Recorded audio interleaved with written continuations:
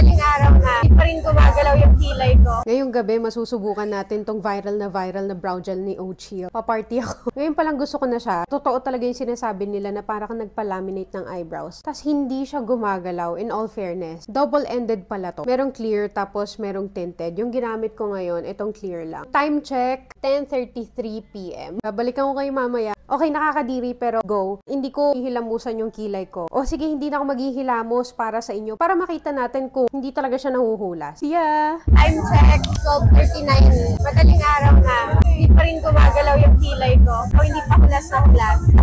Balikan ko kayo mamaya. Okay naman siya. 3:34 a.m. Antok na kami. Pero yung kilay ko, plakado pa rin. Hindi na ako maghihilamos.